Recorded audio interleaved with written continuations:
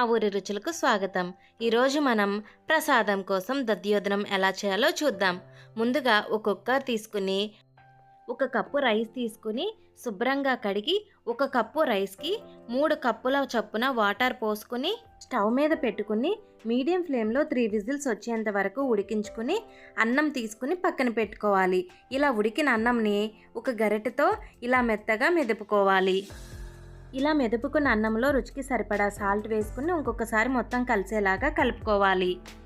అన్నం చల్లారి గోరువెచ్చగా ఉన్నప్పుడు 1 కప్పు రైస్కి 2 కప్పులు పెరుగు చొప్పున వేసుకుని అన్నం మొత్తం కలిసేలాగా కలుపుకోవాలి. ఈ విధంగా అన్నం మొత్తానికి పెరుగు మొత్తం కలిసేలాగా కలుపుకోవాలి. కప్పు రైస్కి కప్పున్నర పాలు పోసుకుని అన్నం మొత్తం కలిసేలాగా ఈ విధంగా మొత్తం కలుపుకోవాలి.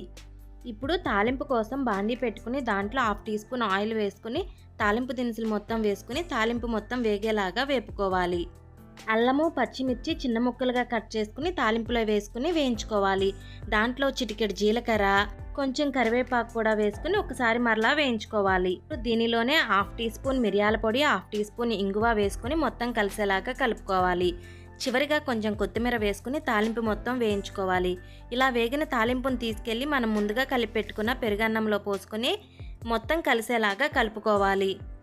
ఈ విధంగా చేసి చూడండి, చాలా బాగుంటుంది. టెంపుల్లో పెట్టే దద్దోజనం లాగా ఉంటుంది.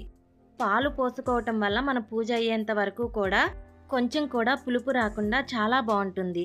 అంతే, ఎంతో టేస్టీగా టెంపుల్ స్టైల్ దద్దోజనం ready. Thank you for watching. Please subscribe చేసుకుని సపోర్ట్ చేయండి.